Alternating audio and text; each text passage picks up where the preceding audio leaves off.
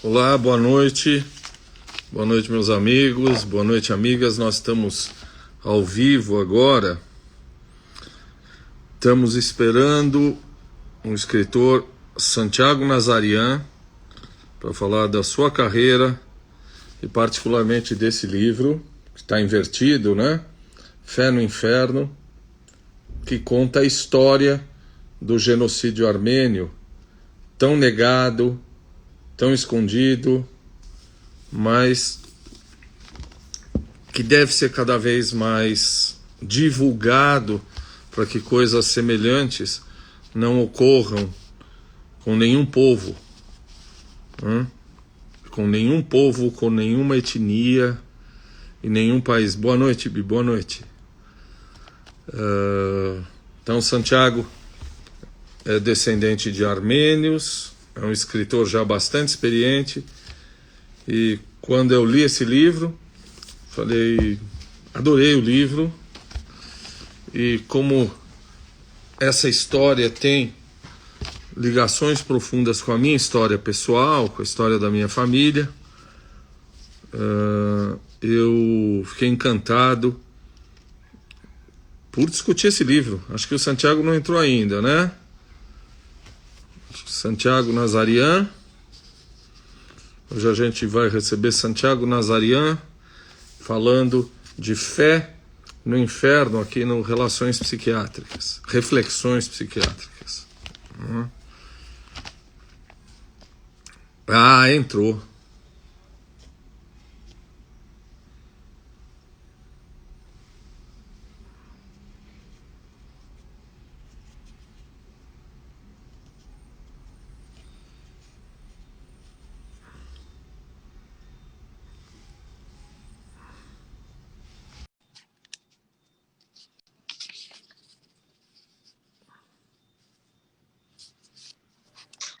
Boa noite. Santiago, boa noite. Tudo bem? Tô pontual, hein? Treino direitinho no horário. Cara, nunca ninguém me deixou tão relaxado quanto você. Por quê? Super, na hora. Falou, não preciso nada, já sei, tudo direitinho, pontual. O duro é ficar esperando as pessoas, você fica naquela do cara não vai chegar, o cara não vem, o cara não vai chegar. Você foi perfeito. Bom, as pessoas estão entrando aí, eu já estou mostrando para as pessoas o seu livro, amei, fiz um monte de apontamentos aí para te perguntar e eu agradeço muito você ter aceito o convite. Eu que agradeço o convite, o cuidado, o carinho. A gente está falando faz tempo, né, de marcar essa conversa. Acho que vai ser a última minha do ano, minha live. Foi um ano tão atípico.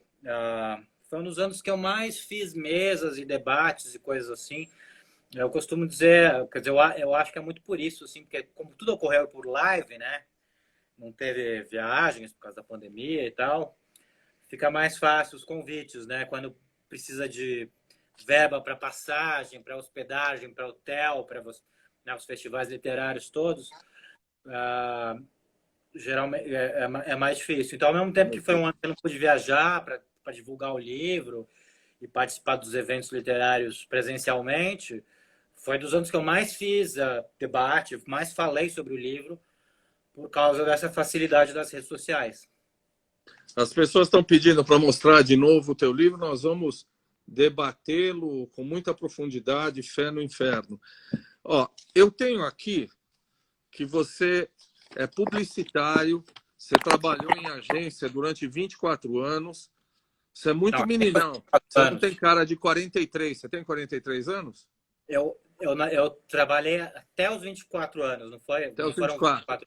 24. Comecei como estagiário em agência aos 19 e trabalhei até os 24. Fui estagiário, depois virei redator em agência. Eu tenho 43 agora. Eu vou fazer um breve currículo seu e depois, como é de praxe, eu vou dizer para você, Santiago, conta a sua trajetória até chegar aqui. Então, você é escritor, sua mãe era escritora, seu pai artista plástico, eu ouvi alguma coisa aí desse casamento, legal. Eu já vi você se definir como existencialismo bizarro, faz cultura pop, você adora terror, né? Você tem 12 livros, esse Fé no Inferno é o 13º. Para quem gosta de terror, número 13, esse é o 13 ou é o 12? Na verdade, esse seria o 11º, acho. Mas eu tenho livros publicados com pseudônimo. Então, Ah, então vale, né? são uns 13, na verdade. Os direitos autorais é você que recebe, não é o É, pseudônimo, né? sabe o que eu escrevi com pseudônimo ainda. Tá. Você só não você só não foi dono de loja de sapato, né? Porque armênio aqui no Brasil, de monte, é dono de loja de sapato, não é? Minha família tinha um lanifício. Eles eram do ramo do lanifício. No tempo que o pessoal ainda fazia frio o suficiente para eu usar lã. É. Então, conta a tua trajetória, conta como é que você começa como escritor, como é que você chega a esse livro, que é um resgate da tua herança, né? Conta um pouquinho pra gente conhecer. Então, eu venho de uma família que sempre teve muito contato com livros, sempre teve livros em casa, né? A história da minha família é um pouco trágica, porque minha mãe é de uma família armênia bem tradicional paulistana, tinha lanifício, que era uma família que tinha grana e tal. Só que ela se apaixonou pelo meu pai, que era um artista plástico, já divorciado, já tinha uma filha. E minha mãe tinha o quê? 19, 20 anos. E, obviamente, meu avô e meus avós maternos proibiram, não queriam que minha mãe tinha medo até que mandasse matar meu pai e tal. E quando a minha mãe fez 21 anos, ela fugiu de casa para se casar com meu pai, que era artista plástico e tal. E eles ficaram 10 anos juntos, e desse casamento nasceu 4 filhos. Eu sou o mais novo, sou o caçula desse casamento, que depois meu pai teve mais uma filha e tal. Mas então eu sempre tive muito a valorização da arte na minha casa, né? Minha mãe sempre gostou muito de ler e tal, casou com meu pai que era artista plástico e tal. Então sempre teve essa hipervalorização da arte, eu sempre tive estantes recheadas de livros na minha casa. A minha mãe, apesar de também ter publicado livros, na verdade ela só foi publicar depois de mim. Ela sempre trabalhou com livro, trabalhou em livraria. Eu tinha um avô, o Fernando Gasparian, Da Paz e Terra. que foi editor da Paz e Terra e Ah. criou a Livraria Argumento também, né, que ainda existe no Rio e tal, que é dos filhos dele, que existe em São Paulo também. Então eu sempre tive esse contato com os livros. Minha mãe acabou publicando depois de mim, ela nunca teve muita coragem e não sabia muito como publicar, mas ela sempre gostou de escrever, escrevia poemas e tal, trabalhou com tradução também, trabalhou na biblioteca José Mindlin muito tempo. Então, eu ter ido para publicidade, ter feito faculdade de publicidade e ter me tornado redator publicitário foi meio uma ovelha negra, assim, uma forma de ganhar dinheiro com criatividade, com escrita, mas que não durou muito tempo mesmo, que eu me sentia meio imbecil, assim, criando aquelas frases publicitárias. Então, eu larguei tudo, eu fiz um mochilão na Europa, com 24 anos, já trabalhava em agência há um tempo, tinha uma grana, fiz um mochilão grande na Europa, daí fiquei trabalhando de barman em Londres, aquela coisa de moleque de 24 anos. Quando eu voltei para o Brasil em 2002, final de 2002, eu vi que tinha um concurso para romances inéditos, que o prêmio era publicação, que era o prêmio Fundação Cláudio Wessel, que é mais ou menos nos moldes que tem o prêmio Sesc hoje em dia. E eu já tinha alguns livros escritos, mas nunca tinha tentado publicar, não sabia muito como chegar nas editoras, né? Minha mãe não estava nesse ramo exatamente, ela estava na biblioteca José Mindlin, ela nunca tinha publicado também, então eu participei do concurso e ganhei. E daí, no começo de 2003, saiu meu primeiro livro, O Olívio, que é um romance bastante urbano, assim. E daí foi, de 2003 a 2004, quer dizer, tendo publicado primeiro e com prêmio, eu fui atrás para ver como mantinha essa porta aberta, porque eu já estava escrevendo outros livros, eu queria continuar na carreira, eu estava saindo da publicidade, né? não queria continuar na publicidade. Nessa época que eu publiquei o primeiro livro, eu dava aula de inglês, trabalhava de barman também, trabalhei em São Paulo, fazia vários bicos. Eu fazia roteiros de histórias de disco sexo e disco horóscopo para escutar por celular, na época que o celular era os portais de voz, ainda não tinha toda a tecnologia de imagem, né? O celular era muito só por voz, então eu criava aqueles textos para você ouvir o horóscopo, ouvir histórias de sacanagem, disco sexo. Então, quando eu comecei a publicar, eu estava fazendo tudo isso. Tinha saído da publicidade, estava fazendo esses bicos de redator de vários tipos e trabalhando também de barman, nos finais de semana, dando aula de inglês, fazendo todas essas coisas. E a publicação me deu uma nova carreira, né? Que eu comecei a fazer tradução de livros, porque eu já tinha morado fora, já dava aula de inglês e tal.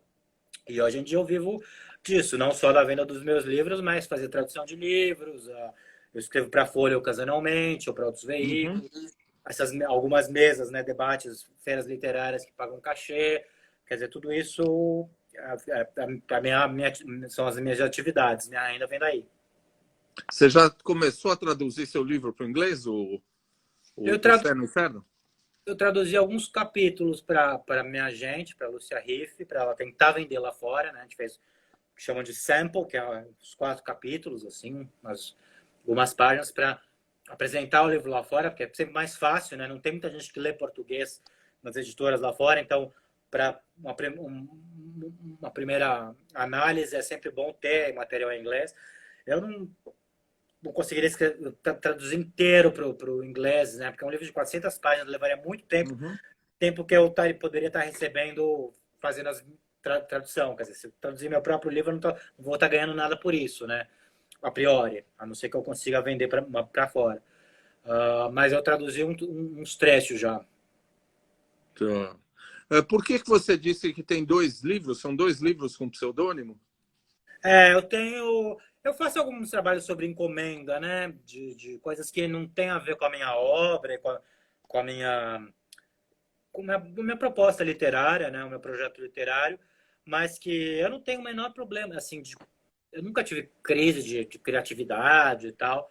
Então às vezes surgem propostas de editoras a fazer coisas que eles acham comercialmente bacana e que acham que eu acho que eu posso fazer, que eu posso realizar, mas que não tem a ver com que eu acredito em literatura para colocar o meu nome e tal. Então, eu já fiz algumas coisas assim com pseudônimo.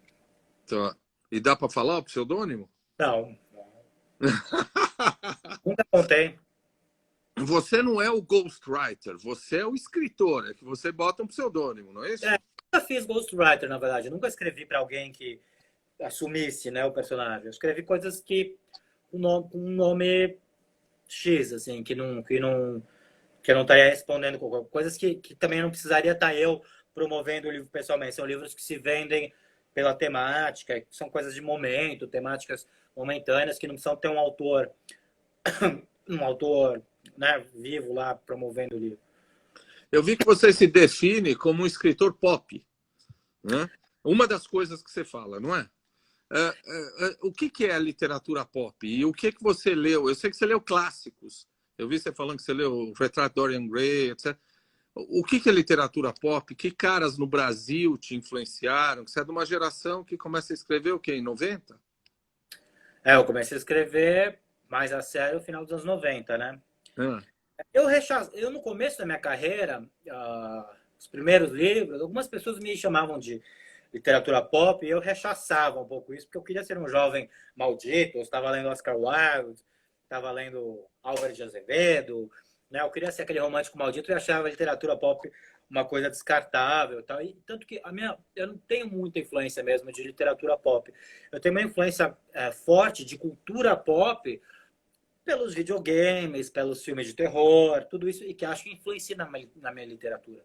Mas a minha base literária veio mesmo dos malditos e dos existencialistas, Oscar Wilde, como eu falei, como você falou, Kafka, Thomas Mann, autor que eu gosto muito, dos brasileiros, João Gilberto Noll. Então, minha base vem mais daí do que da literatura pop, da literatura de terror. Tem muita influência do terror, principalmente do cinema. E algumas coisas de literatura, sim. Drácula, um livro que eu li na adolescência, que eu adorei. Frankenstein, que eu cheguei a traduzir uma edição recente Dazar, Stephen King eu li na adolescência também, gostei bastante. Então, meu lado pop é um pouco... vai pelo terror, mas também não só, vai por toda a carga de cultura pop de videogame. Meus livros têm muita influência de videogame, assim, de estrutura de videogame, que eu acho que é uma coisa que está cada vez mais presente na literatura contemporânea, né? Autores como Daniel Galera, por exemplo, também, que é um grande autor, que também tem muita influência de videogames e tal. Então vem um pouco daí. Eu, no começo, como eu falei, eu rechaçava esse rótulo de escritor pop, porque eu achava que era uma literatura mais descartável. O Brasil não tem muita tradição, né? Foi algo que começou a vir mais do final dos 90, do começo dos 2000 para cá. Muito com a minha geração começou a trazer esses temas mais pop. E essa cara, né? Essa aparência mais pop para a literatura. Eu lembro quando eu publiquei uma das primeiras matérias que saiu sobre mim no Estadão, que falava assim: ele é jovem, tatuado, mas ganhou um prêmio literário. Mas... Porque na época ainda não tinha muito essa coisa de escritor jovem, escritor tatuado. Hoje em dia, sei lá, escritor tatuado, né? Sei lá, um pleonasmo. Todo mundo é tatuado, minha geração inteira é tatuado. Mas quando eu comecei, quase 20 anos atrás, não era tão comum. Tinha, sei lá, Fernanda Young, Fernanda Young. A Clara Verbuck é da mesma geração que eu, que foi outra que começou com essa carga mais pop. O próprio Galera, que já escrevia para a internet, né? Para as listas de e-mails e tal. Então, acho que foi uma coisa da literatura pop de misturar alta literatura, até em alguns casos, com uma carga mais pop, não tanto no regionalismo, né? Não todo essa coisa da literatura regional e muito baseada em Machado, em Guimarães e tal. Acho que veio muito com a minha geração. Então, hoje em dia, eu aceito super. Eu acho que eu tenho essa carga pop. Eu chamo de existencialismo bizarro porque eu acho que é um lado pop que vai mais pro terror mesmo, pro suspense, pra literatura de gênero. E, ao mesmo tempo, tem a carga existencial da literatura mais profunda, da filosofia e tal. Mas eu não tenho problema não com ser considerado um escritor pop. Até porque acho que não só nos temas dos livros, mas essa postura mesmo de a persona, assim, a pop, acho que tem muito a ver comigo. Eu acho que você usa disso. Legal, eu vi uma entrevista, uma fala tua com chifrinhos. Vi outra que você estava com a sombra negra nos olhos, dando uma entrevista. Quer dizer, aí você resolveu que o envelope, né, a capa, ajuda nesse momento. Você começa a se apresentar como escritor que sou eu, e esse negócio pop pega. Acho que ajuda por um lado e atrapalha por outro. Eu acho que eu sempre fui recebido com muita desconfiança, exatamente por isso. As pessoas estão acostumadas com a imagem do escritor, mas como você, assim, né? Obrigado. O senhor de óculos, né? Tipo, um senhor velho, assim, um senhor velho. Não, e uma coisa de idade mesmo, né? De sempre o escritor mais velho ou mais respeitado. Então, eu acho que eu fui recebido com muita desconfiança. As pessoas falam, ele não pode ser um escritor... Principalmente quando eu era mais jovem, né? E estava começando, as pessoas achavam que não dava para levar muito a sério, que era uma literatura. Essa literatura pop é um sinônimo de descartável, de comercial, de literatura de fácil. Então, eu sempre acho que eu tive muito essa desconfiança. Eu comecei a publicar por um prêmio, mas também foi um prêmio anônimo, ninguém sabia quem eu era, né? Eu escrevi o livro e o livro saiu. Depois disso, eu nunca fui finalista dos prêmios mais tradicionais, Jabuti, essas coisas assim. Eu ganhei um prêmio ou outro mais alternativo, mais estranho, como um prêmio de escritores latino-americanos, que era o Bogotá 39, que elegeu os 39 escritores com até 39 anos mais importantes da América Latina. Mas umas relativas, assim, os prêmios mais tradicionais sempre não souberam muito como me encaixar. E acho que minha literatura também não se encaixava, ou não se encaixa tanto. Só que agora, já se vão quase 20 anos, eu estou cheio de cabelos brancos, o meio literário me conhece bem mais, até pessoalmente, eu conheci muitas pessoas, então a desconfiança vai diminuindo, né?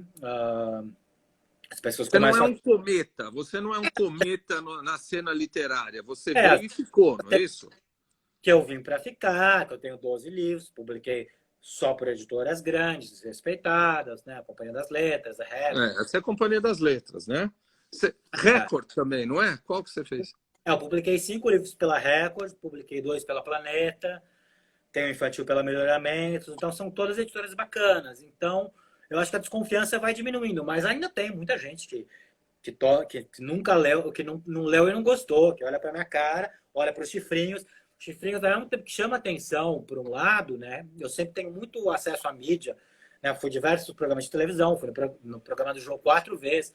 Ao mesmo tempo que essa postura é, tem o seu espaço, atrai atenção, também cria uma resistência do povo mais conservador da literatura, que grande parte do povo da literatura é muito conservador, né?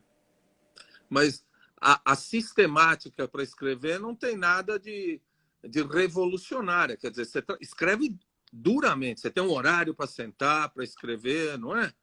É um trabalho de artesão também, não é isso mesmo? Depende muito do projeto, né? Cada livro que eu tenho foi escrito de uma forma, assim. Os primeiros livros, por exemplo, eu ainda trabalhava em agência de publicidade e queria ser escritor, então eu escrevia nos horários que dava, de madrugada, enfim, escritor fim de semana. Conforme eu vou avançando como escritor, eu falo que no começo minha literatura era mais espontânea, né? Eu entendo essa valorização da experiência do escritor mais velho, de que acreditar que quanto mais velho ele vai se tornando melhor, mas eu acho que também se perde muito a espontaneidade. Então, eu acho que tem algo a ser valorizado. Eu valorizo muito os escritores jovens que estão surgindo, porque acho que tem um frescor, um entusiasmo, até uma ingenuidade que vai se perdendo com o tempo. Hoje em dia, eu não escrevo mais o que eu estou sentindo, o que, sabe, as pessoas... eu estou sofrendo, fui largado por um namorado, então eu preciso desabafar. Hoje em dia, quando eu crio um livro, eu penso no que é interessante para mim, para mim na minha carreira.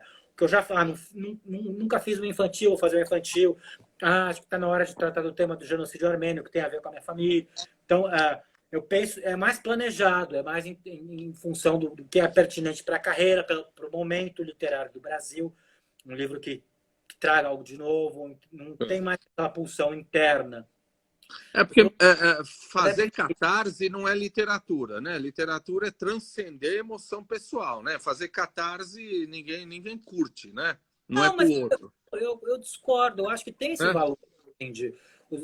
Sei lá, A Morte Sem Nome, por exemplo, que é meu segundo livro publicado, que é um livro de uma vida serial e tal.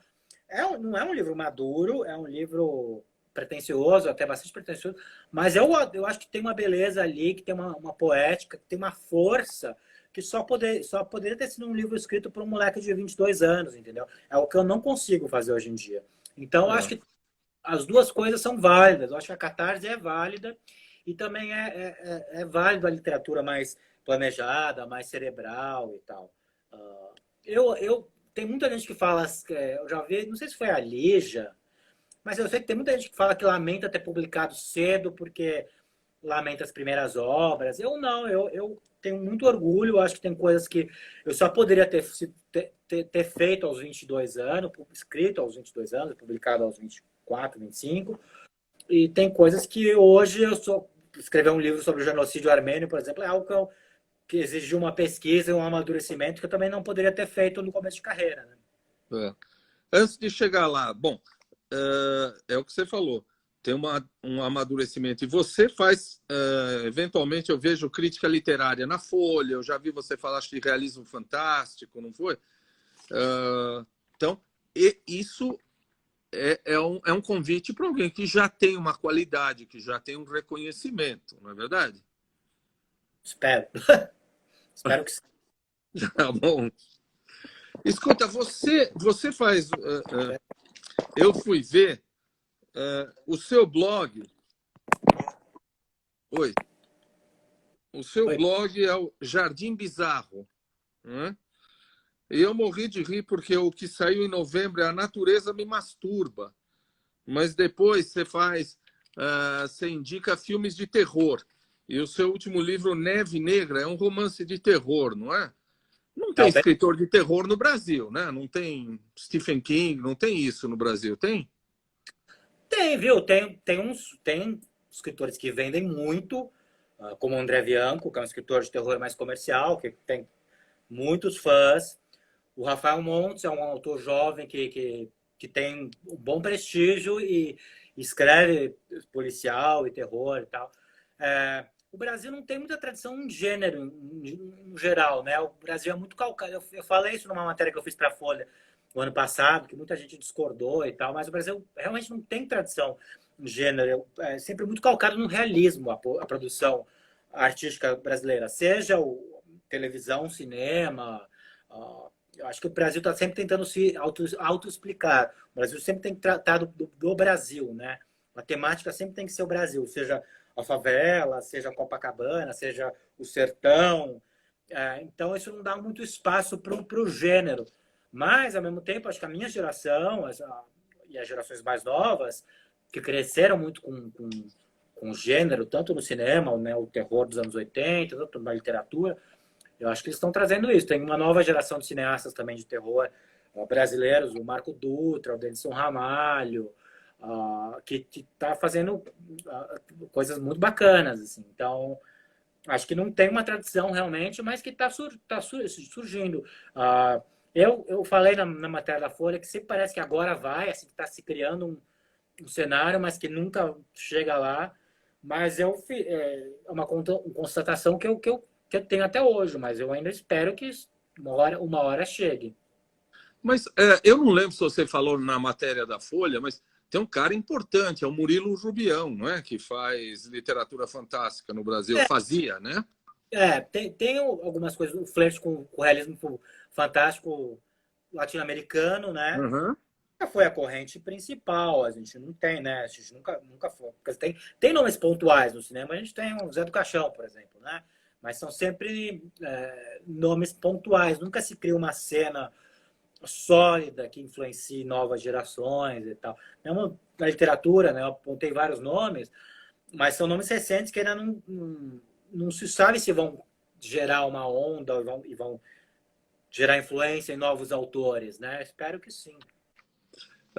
Eu queria, então, que você me ensinasse um negócio, que quando você fala de literatura ou filme de terror, eu tenho a impressão que é aquela coisa do poltergeist, é o brinquedo que vem e assassina todo mundo. E eu sou cagado para assistir essas coisas. Eu não assisto, acho que a casa depois fica cheia de barulho. Eu não assisto essas coisas. Mas você indica um filme que é A Morte Pede Carona. A Morte Pede Carona é um thriller, não é um terror, né? É um suspense. Tem uma diferença entre terror e suspense? Tem, eu até cheguei a fazer cursos sobre história do cinema de horror e história do cinema do horror no Brasil. Fiz 2 cursos com o Carlos Primati, que é um jornalista especialista no gênero. E ele coloca o terror muito como no terror, no suspense e no mistério. Tem uma latência, né, que provoca um desconforto e um desconforto e pode até provocar um medo, mas é sempre uma latência. No terror, essa latência se personifica no monstro, que pode ser tanto um monstro como um vampiro, um Drácula, um fantasma, né? Sei lá, um animal assassino, um tubarão e tal, como pode ser uma pessoa, pode ser um psicopata, pode ser uma entidade e tal. Então, o terror eu acho que se baseia muito na figura do monstro. Tem que ter a personificação desse desconforto. Tá, quer dizer, o terror não é só quando é uma coisa metafísica. E o thriller é quando o inimigo é palpável, é terreno, não é assim a diferença. Não, porque pode ser um terror de... Tem muito terror que são psicopatas humanos, né? Halloween, por exemplo, né? O clássico do terror do John Carpenter. O assassino teoricamente, é um ser normal com uma máscara. Mas é isso, é a personificação do monstro. Quer dizer, o medo tem um representante físico, ou, sei lá, metafísico, ou se for um fantasma, pode ser etéreo, mas ele tem uma personificação. Antes da gente entrar no seu livro, que Eu achei maravilhoso e depois eu vou te dizer, esse livro tem muito a ver com a minha família, depois eu te falo um pouco.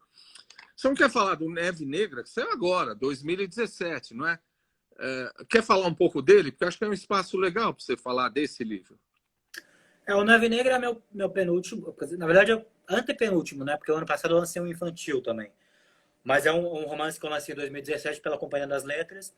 Eu, como sempre tive essa história do terror, do suspense, sempre flertei com suspense, né? Eu tenho um thriller que chama Feriado de Mim Mesmo, tenho Biofobia, que também é um thriller. Vi o convite da Art Features, né? Que é a produtora do Rodrigo Teixeira, que produziu vários filmes do Mutarelli, como O Cheiro do Ralo, mas produziu também Me Chame Pelo Seu Nome, produziu filmes de terror como A Bruxa, do Robert Eggers, O Farol, mais recente também, do Eggers, que é e tal. Então é uma produtora brasileira bem grande, que produz muita coisa fora do Brasil. O Rodrigo Teixeira é um dos poucos caras no Brasil que compra sistematicamente de direitos autorais de vários autores, né? Acho que ele tem a obra inteira do Mutarelli, do Rafael Montes também, ele tem grande parte e tal. E ele encomendou para mim, para o André Chechenesco e para Ana Paula Maia, fazer cada um livro de terror, que ele ficaria com os direitos para o cinema. Então ele pagou na planta, ele deu uma boa soma assim, para a gente escrever o livro, mais do que a gente receberia fazendo um livro, talvez menos do que a gente receberia vendendo os direitos posteriormente. Então foi um bom negócio para ele e para nós, acredito. E a gente tinha um ano para fazer um livro de terror literário, para sair pelo selo principal da Companhia das Letras. Então não podia ser um terror tão comercial ou popular, porque a companhia tem uma certa tradição literária, né? Eu estava chegando próximo aos 40, né? Eu ia fazer 40 anos, tinha minha primeira sobrinha e tal, estava muito naquela fase do que, será que eu vou ter filhos, não vou ter filhos? Estava casado há um bom tempo, eu sou homossexual, estava casado com um rapaz, né? E vamos ter filhos, não vamos ter filhos. Tinha uma ex-namorada minha que queria ter filho e que minha mãe ficava falando, tenha filho com ela, não sei o que. Aquela coisa, chegando próximo aos 40, né? Para a mulher é mais decisivo ter filho ou não, mas para o homem também é um momento da vida que você fica pensando, será que eu quero ter filhos? Será que eu vou ter filhos? Eu posso ter mais tarde, mas... E nesses questionamentos veio a ideia de fazer um livro sobre a paternidade, sobre o terror da paternidade, sobre essa história do que o homem nunca tem certeza absoluta, ou mesmo quando ele tem certeza absoluta que o filho é dele, ele tem que mostrar para a sociedade, é bom que o filho se pareça com ele, para as pessoas verem, tem certeza de que o filho é mesmo dele, né? Então eu peguei essas paranoias da paternidade, levei a 10ª potência, e é um livro sobre um artista plástico, assim como meu pai é, que está sempre viajando, não tem muito contato tá meio ausente da casa, tem um filho pequeno, mas ele não vê muito o filho, e um dia ele volta, depois de uma longa viagem, ficou meses fora, ele mora na Serra Catarinense, então aqueles poucos lugares do Brasil em que neva uma vez por ano, exatamente essa noite que ele volta para casa, é uma noite que está começando a cair aquela neve e tal, e o filho dele acorda de madrugada, ele olha para o filho dele, que ele não vê há alguns meses ou semanas, e ele fala, pera, isso aqui não é meu filho. Aí ele não sabe se caiu a ficha de que realmente aquela criança não é filho dele, ou se ele não está reconhecendo mais o filho de tanto tempo que ele passou distante, de que ele está perdendo a infância do filho, ou se realmente existe algo mais sombrio, algo que ocupou o lugar do filho dele na casa, né? Então eu brinco com essas paranoias, depois no livro vai se explicando qual que é a via mais provável.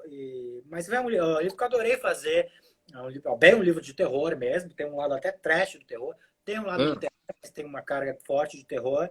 É um livro que eu gostei muito de fazer, está vendido para o cinema, não tem nenhuma garantia que vá virar um filme realmente, como eu falei, o Rodrigo tem direitos de muita coisa, então ele não consegue filmar nunca, mas ele tem essa coisa de negociar direitos. E foi um livro que eu gostei muito de fazer, mas ao mesmo tempo eu achei um livro fácil de fazer. Foi um livro muito parecido com várias coisas que eu já tinha feito, como Biofobia, como Feriado de Mim Mesmo. Esse formato de poucos personagens numa casa só, essa estrutura minimalista, é algo que eu já fiz muito. Então é um livro pouco diferente dentro da minha obra, Mas como eu tinha uma encomenda, tinha que fazer em um ano e tal, eu acho que eu recorri ao mais seguro para eu conseguir, né, para entregar a encomenda. Eu jamais furo um prazo, jamais furo uma encomenda. Então, eu fiz. Eu gosto, eu tenho orgulho do livro, mas eu acho que é um livro que não me trouxe nenhum desafio. Assim, não trouxe nada novo na minha obra. Você falou, você no começo começou falando, é horrível, mas você começou falando de Machado, etc. Essa história, o filho que não é meu, é o Dom Casmurro, né? O Bentinho olhando para o filho achando que a Capitu traiu. No seu caso, é uma entidade. Muito todo mundo acha que todo escritor brasileiro tem influência de Machado. Isso já vem das tragédias gregas, já vem muito antes. Machado não descobriu, não inventou o adultério. O adultério, não. Isso já antes dos gregos, antes dos meus patrícios, já tinha isso. E a cara do filho é terrível, né? Mas no seu, o filho é uma entidade, né? Que o cara fica vendo o filho. Bom, vamos falar desse livro, então. Você falou agora há pouco que foi um horror a sua mãe escapar para casar com seu pai, etc. O seu avô depois não quis mais saber da sua mãe, nada, é isso? Fez uma boa pesquisa, né? O meu avô, depois, o primeiro filho que minha mãe teve com meu pai, morreu bebê. E a família não... Minha mãe tinha fugido de casa, a família, assim, não deu a menor força e tal. Depois que nasceu os outros filhos da minha mãe, talvez sensibilizado um pouco pela história do que o primeiro filho tinha morrido e tal, meu avô deu uma casa para minha mãe, uma casa boa nos Jardins, que eu cresci lá. Ele aceitou os netos, então eu convivi com meu avô, conheci meu avô e tal. Fui para casa, passava o fim de semana na casa dele nos Jardins aqui em São Paulo e tal. Mas minha mãe ele nunca mais viu. Ele morreu, eu tinha uns 12 anos e minha mãe ele nunca mais viu. Desde que ela saiu de casa ele não aceitou mais. A gente passava o Natal na casa do meu avô, minha mãe não podia ir e tal, porque eles não se falavam mais. Então tem esse lado traumático. Eu coloquei um pouco isso no livro, né? Que tem essa coisa do armênio que não quer que os filhos casem fora da colônia e tal. Uhum. Tem um livro que eu traduzi que chama também Um Fio da Morte, que são as memórias de um sobrevivente de genocídio, que também, por mais que eu tenha ficado sensibilizado com o autor, que escreve em primeira pessoa e narra toda a trajetória dele para fugir dos turcos, tal, que foi uma grande base para o meu livro, ele também tem isso de que você vê toda a trajetória dele fugindo, não sei o quê, e daí quando ele chega depois nos Estados Unidos, fugido da Turquia, do Império Otomano e tal, ele tem um filho e o filho resolve se casar fora do casamento, ele não aceita. E ele, no livro, como escrito em primeira pessoa, ele defende a posição dele, que ele considera um traidor, que ele conseguiu escapar dos turcos e que para ele era importante perpetrar a raça continuar com a raça armênia, não sei o que, e o filho frustrou o filho morreu sem ele ver e tal. Então eu coloquei um pouco esse lado do armênio no meu personagem.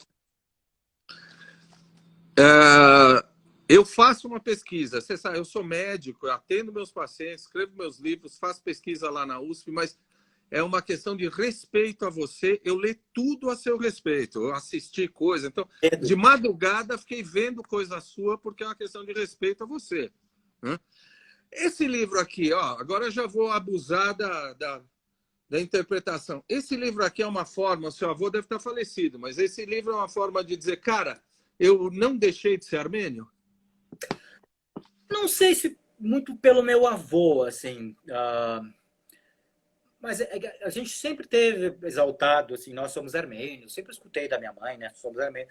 E eu nunca entendia muito o que era ser armênio, né? Eu procuro explicações possíveis, assim. Quando eu estava fazendo a pesquisa, todos os livros que eu li e tal, eu encontrei um livro do Michael Arlen, que é um armênio, também um armênio, um descendente de armênios, que ele falava assim, ninguém sabe ninguém entende quem são os armênios, nem eles próprios, né? Ninguém sabe muito se é uma nacionalidade, uma etnia. Muita gente me pergunta, você é armênio, mas teu avô nasceu na Armênia? Eu falo, quando meu avô não nasceu, não existia Armênia, né? Não existia um país. Existiam os Uhum. armênios na Turquia, na Pérsia, na Rússia, né? Nos impérios persas, russos, Império Otomano, mas não existia um país independente. Então não existia a Armênia. Eu, nessa pesquisa, eu fiquei entendendo um pouco o que era ser armênio, se era uma etnia e tal, né? E basicamente, eles falam que existem 10 milhões de armênios no mundo, sendo 3 milhões vivendo na Armênia, né? Que tem essa diáspora. Então, quem são esses 10 milhões? Quem são esses 7 milhões? Eu sou armênio. Eles contam mais ou menos pelo sobrenome mesmo. Se você tem um Uhum. sobrenome, se você se reconhece como armênio, você é armênio. Diferente de todas as nacionalidades que tem que brigar, né? Se você é italiano, você quer uma cidadania italiana, porque todo mundo quer ser italiano, quer ter cidadania europeia, você vai para a Itália, o italiano não vai te reconhecer como italiano, porque você é um latino, você não é italiano. Na Armênia, não. Se você se reconhece como armênio, ele fala, você é armênio, você tem Nelson. Porque, exatamente por isso, por ter sido uma etnia, uma Uma raça etnia, né? que foi que foi exterminada, né, que tinha um plano de extermínio. Então, se você tem algum traço de armênio no sangue, no sobrenome, na família, os armênios querem que você reconheça isso mesmo e leve para frente. Então, foi todo primeiro entender um pouco até que ponto eu era armênio, o que havia de armênio em mim. Eu fui para a Armênia em 2015, né? Minha pesquisa começou com uma viagem que eu fui para lá com a minha mãe. 2015 é o centenário do genocídio, não é? Exatamente. Eu já estava querendo escrever algo e queria conhecer a Armênia, queria entender que ponto eu era. E é curioso, né? Porque por mais que tenha... Eu fiz essa pergunta para alguns armênios que eu entrevistei para esse livro, como o Antranik Manassagyan, que é Uhum. talvez você conhece, né? Professor de pediatria lá da USP. Foi meu pediatra, é um pediatra muito famoso dentro da colônia, ele é quase centenário já, então É. ele é um sobrevivente quase direto, né? O pai dele é um sobrevivente.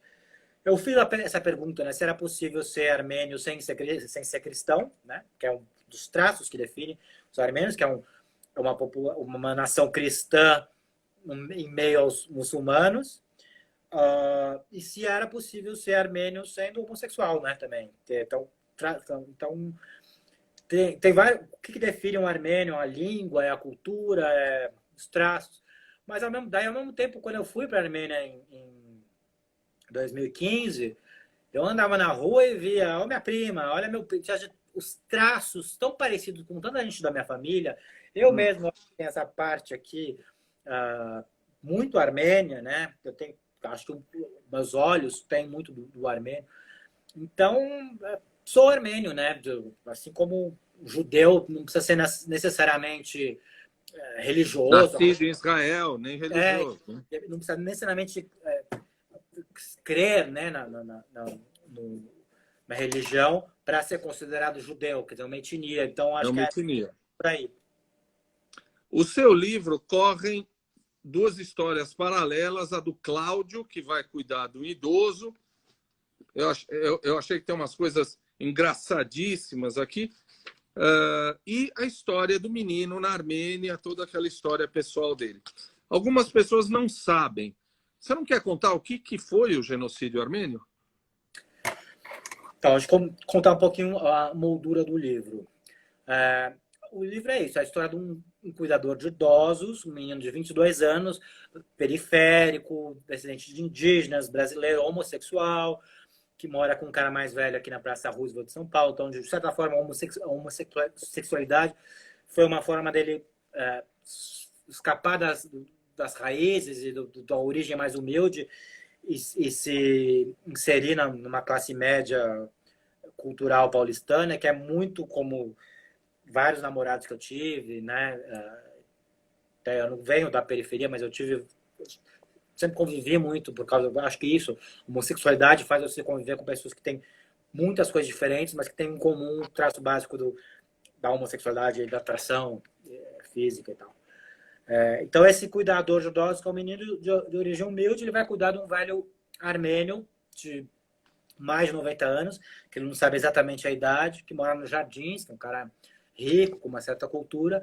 E um dia o senhor fala para ele, por que você não lê um livro, né? Já que você está aqui na minha casa, você não tem muito o que fazer, lê um livro. Ele é um menino que não gosta muito de ler e tal, ele começa a ler e o livro conta a história em primeira pessoa de um menino tentando sobreviver durante o genocídio armênio em 1915.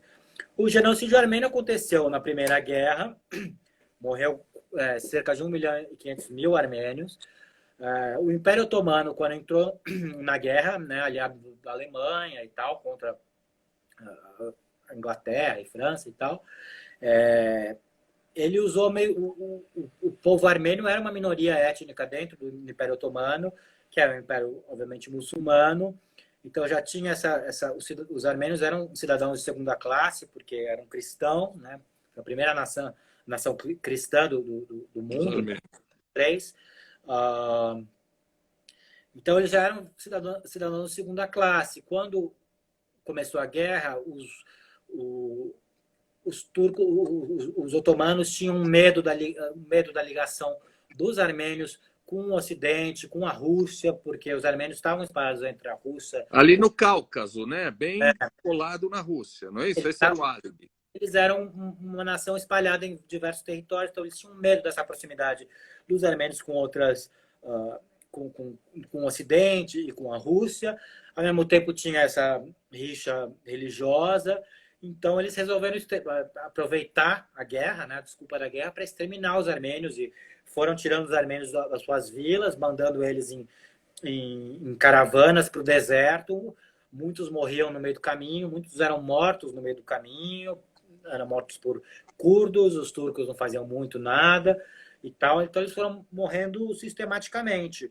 Só que como era durante uma guerra, tal, né, os turcos nunca reconheceram esse genocídio. Eles sempre falaram, não, eles morreram na guerra, eles morreram assim como os turcos também morreram. Mas existem muitos documentos que provam que era ordens sistemáticas de acabar com os armênios. Assim.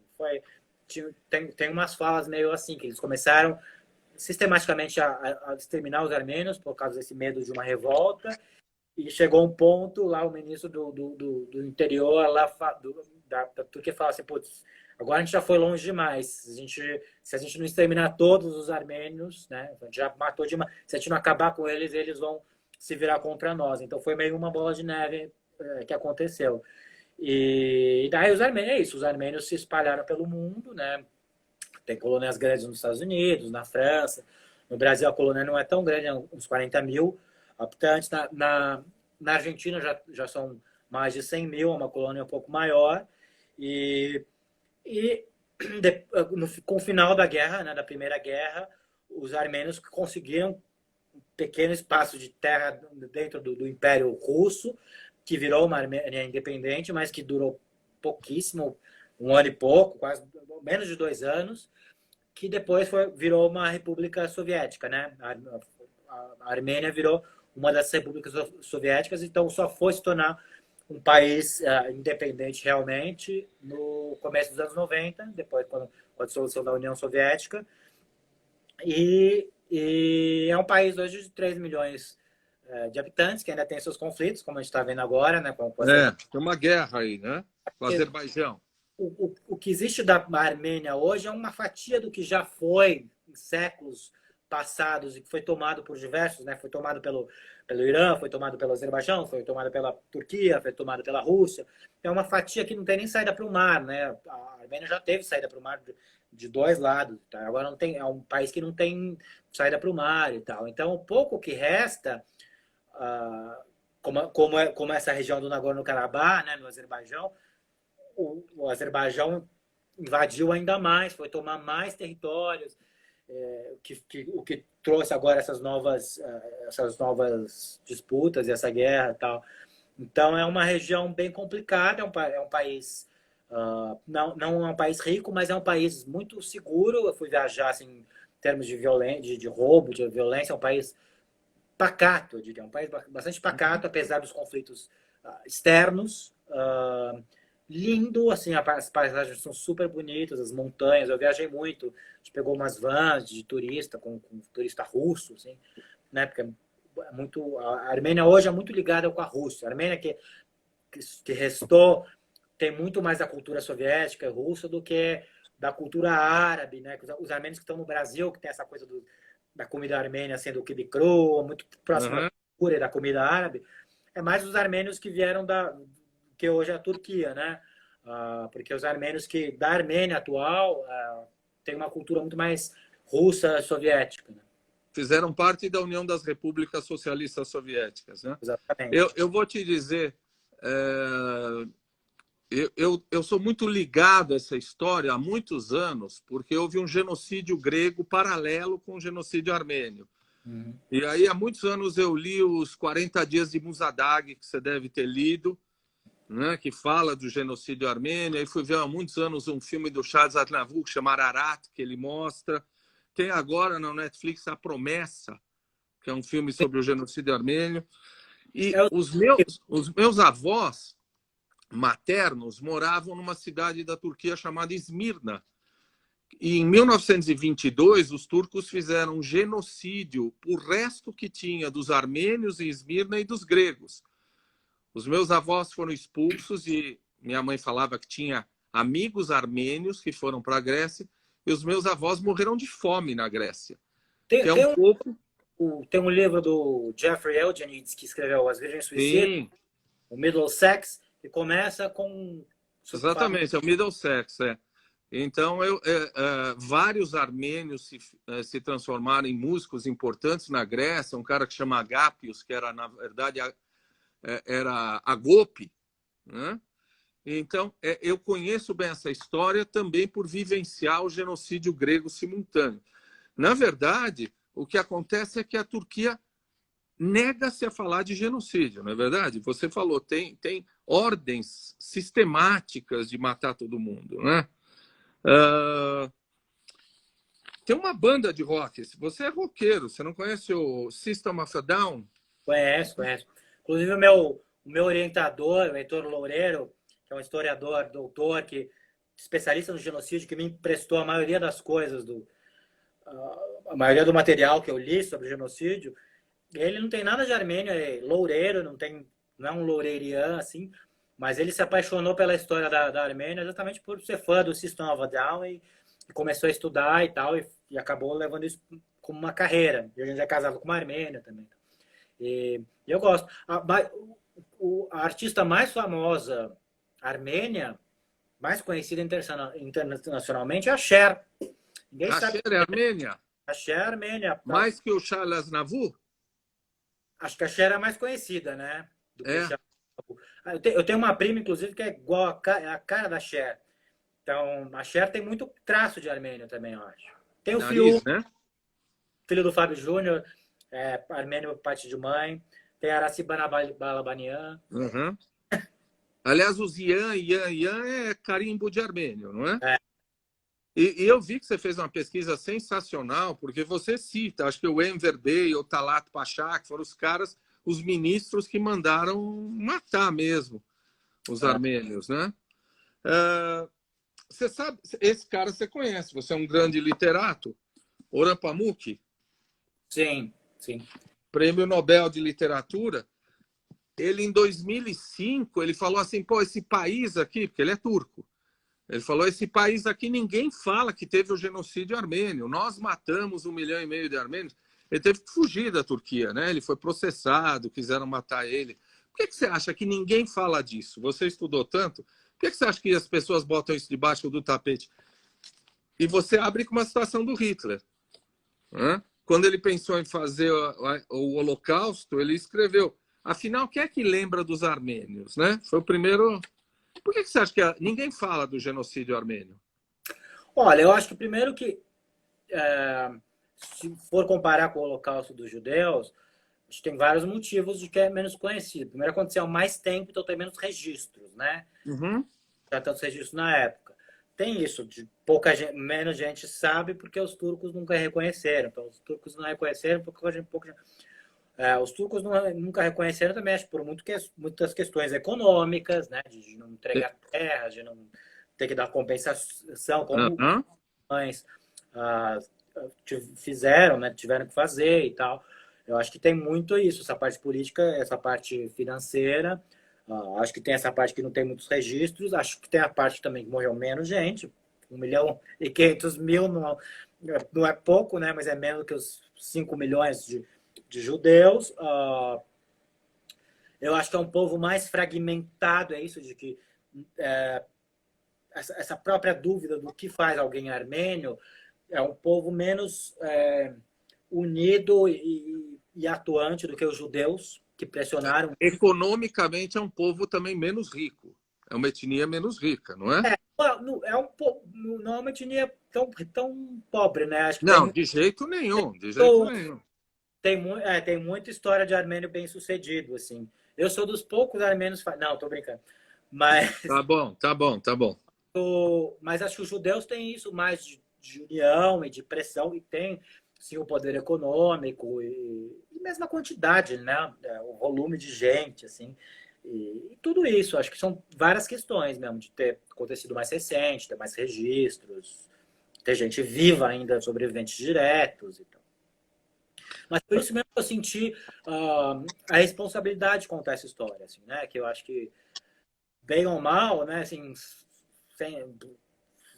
deixando a humildade de lado, eu acho que eu sou o escritor armênio mais conhecido do Brasil, né? Que mais publicou e tal. Então eu acho que eu tinha essa responsabilidade de contar essa história, mas ao mesmo tempo não podia ser contada de qualquer maneira, assim. A primeira versão do livro, claro, quem leu, a primeira pessoa que leu foi minha mãe, e ela ficou um pouco ofendida. Ela achou que eu estava brincando com algumas questões, que ela falou que os armênios iam ficar super ofendidos e tal. Isso me deu certo receio. Por que você brincou? Eu não me lembro de nenhum trecho do livro um pouco sério. Então, eu tirei. Teve um capítulo inteiro que eu tirei, inclusive porque minha mãe rejeitou muito. Algumas coisas eu suavizei. Mas eu acho que tem um certo humor, tem algumas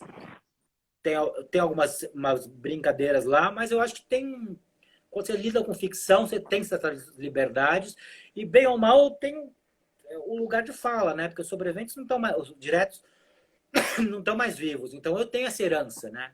Quem que vai contar essa história? Eu, que sou descendente, né? Os armênios que podem. Eu, que sou um armênio que tem voz, que publica por grandes editoras, né? Que tem um sobrenome armênio. Eu sou homossexual também, então são 2 lugares de fala que eu tô levando no livro. Assim. Então tem uma certa brincadeira, mas eu me senti, ao mesmo tempo que eu senti um pouco intimidado de fazer isso, com a resposta negativa que eu recebi no começo, eu falei, não, eu tenho que ir na minha veia, que eu não acredito, eu tenho esse humor meio sarcástico que está presente no livro, talvez em menos dose do que em outros, mas tem.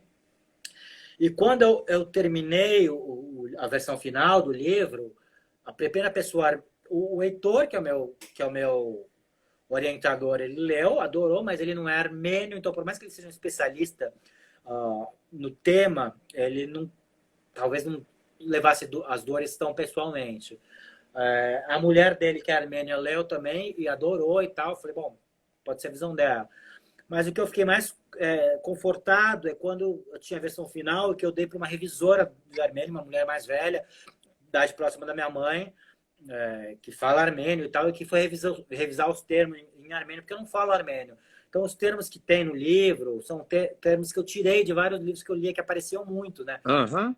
Como mãe, Hairik como pai, Efendi como senhor, quer dizer, são termos que aparecem muito em memórias de sobreviventes do genocídio, mesmo os que estavam escrevendo em inglês e francês, né? Espanhol, as línguas que basicamente que eu li, porque tem pouca coisa publicada em português sobre o tema.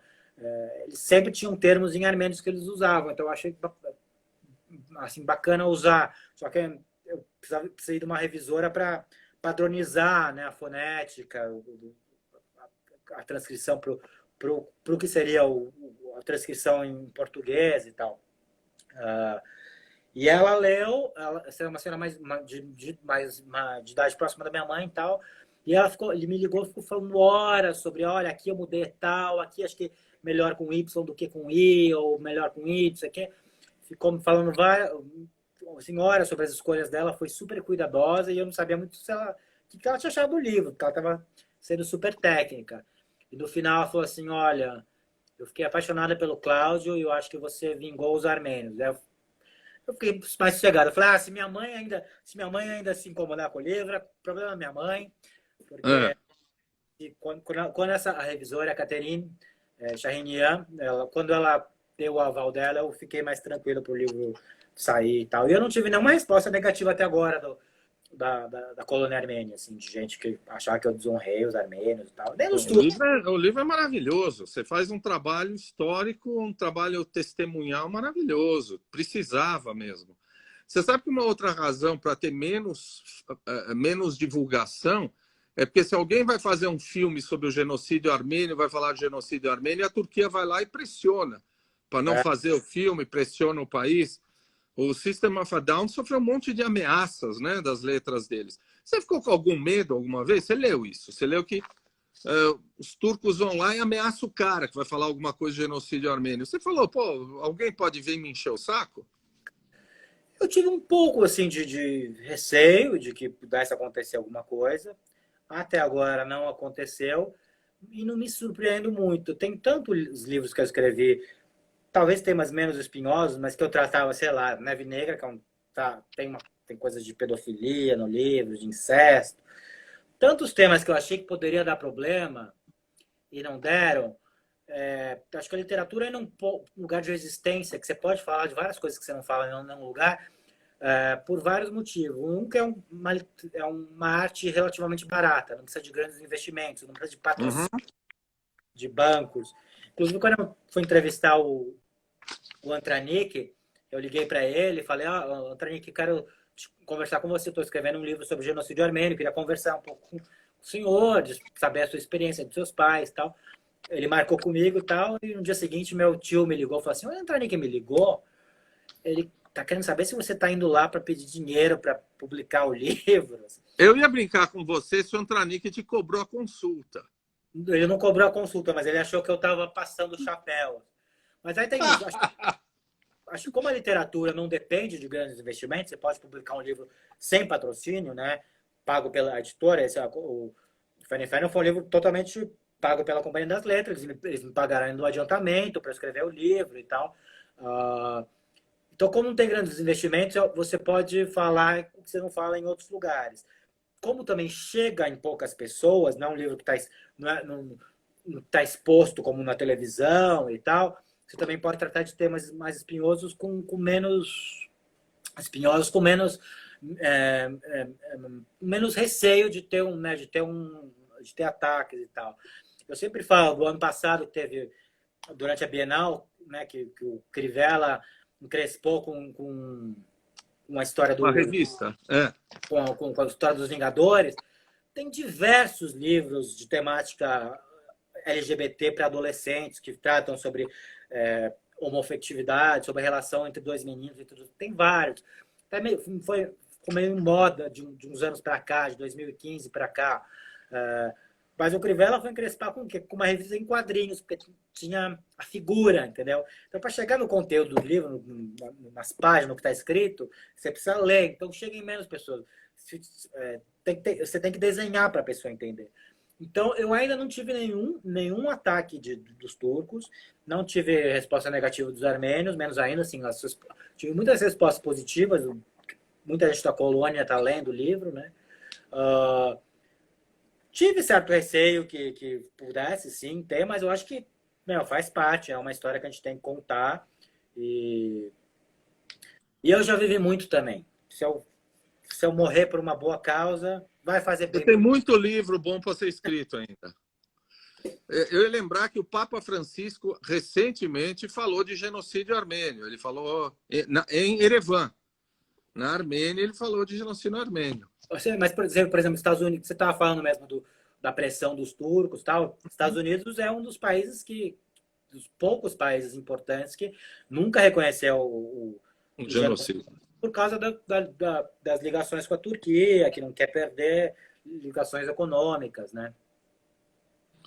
Esse livro não pode virar um filme?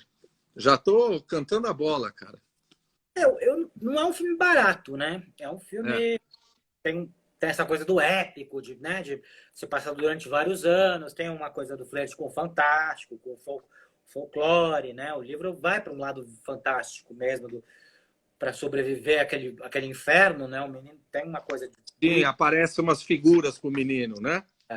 Então não é um livro barato, assim, para filmar. Acho que no Brasil é difícil. Eu gostaria que fosse comprado fora. Acho que daria uma série também, porque é um livro grande, tem muita história. Daí. Daria para ser uma série. Mas não, ainda não tive nenhuma proposta, não. Não tive. Teve gente interessada que me sondou, assim, que queria ler o livro para. Ah, você acha que dá? Não sei o quê. E eu mandei o livro e tal, mas não tive nenhuma proposta concreta até agora. Não eu tenho vários livros vendidos que nunca viraram filme, nunca viraram. Já tive livro que virou peça de teatro, mas tem vários livros que eu já vendi 4 livros para cinema e ainda não chegaram a ser filmados. Mas esse aqui ainda tô com os direitos para mim. Bom, a gente está falando do livro do Santiago Nazarian, Fé no Inferno. Sensacional, eu amei o livro, fiz apontamentos aqui, botei umas coisinhas aqui que eu queria destacar. Eu tenho que te agradecer, porque desde o primeiro momento você foi super gentil. Você falou, aliás, você não tinha nem o WhatsApp. Eu falei com você falou, não, manda por aqui mesmo, que nem o WhatsApp eu tenho, não era? Eu fiquei uns 2 anos sem celular, né? Eu comprei um celular de volta quando eu me separei ano passado. Voltei para a vida, assim, quando eu me separei. Eu estava bem recluso do mundo. Aí fui emagrecer, fui voltar para a vida de solteiro, fui tudo, né? Então, aí comprei o celular. E o WhatsApp é uma coisa que eu acho que eu tenho desde o ano passado, mas eu uso super pouco. Eu uso muito mais o Messenger do Facebook. Foi onde a gente conversou. Falar pelo Messenger ou até pelo Instagram. O WhatsApp eu não faço parte de nenhum grupo, nunca fiz. Nem sei. Ainda bem, pô, é um saco. Oi? Ainda bem, é um saco receber milhares de mensagens pelo WhatsApp. Eu entro no WhatsApp, sei lá, uma vez por dia, assim, para ver. Eu não tenho muito contato no WhatsApp, não. No teu blog, o seu livro anterior e esse daqui podem ser adquiridos com uma assinatura sua, não é? Eu não estou mais vendendo, não, porque não. Tava muito logo que lançou, como estava tudo fechado por causa da pandemia, as livrarias estavam fechadas e não deu para fazer nada de autógrafo. Então eu mesmo estava comprando da editora e revendendo, né? Eu comprava por 40 e vendia por 60. Bacana, hein? Armênio, é armênio. Não, eu ganhava R$10 por livro, porque eram mais 10 de 40 por 60 são 20 mango, não são 10. Não, mas tinha R$10 do envio pelo correio, né? Ah, tá. R$10 por livro. E tava pandemia, teve muito livro que não chegou, teve dinheiro que eu tive que devolver. Eu mandava por impresso, que era mais barato, para pagar R$10, senão não ia ter lucro nenhum. E daí tem uns que demorou 3 meses, desde que eu devolvi dinheiro, depois o livro chegou, e a pessoa teve que me pagar de novo. Então estava tendo muito problema e trabalho, e não era confiável mandar, eu tinha que ficar mandando meus dados bancários também. Então eu parei de vender, depois que abriram as livrarias e tal, eu parei de vender pessoalmente. Mas dá para achar no site. Não, eu achei nas livrarias logo que é a primeira vez que falei com você e fui avidamente ler. Santiago, eu estava agradecendo a você desde a primeira vez que eu mandei um WhatsApp para você. WhatsApp não, um Messenger para você. Você foi super gentil. Era domingo, você estava relaxado lá. Estava bêbado. Estava bêbado, estava tomando vodka, segundo você. E você foi super gentil desde o início. E olha, muito sucesso no livro. E se você permitir, no próximo a gente volta a conversar aqui. Não, vou adorar. Adorei a conversa. Obrigado. Obrigado pela leitura atenta, pelo espaço. Estamos aí. Muito obrigado. E vai ficar gravado aí no Instagram, porque assim você pode indicar para as pessoas verem a entrevista. Bacana. Aí eu compartilho. Abração para você. Uma ótima noite. Obrigado. Boa noite.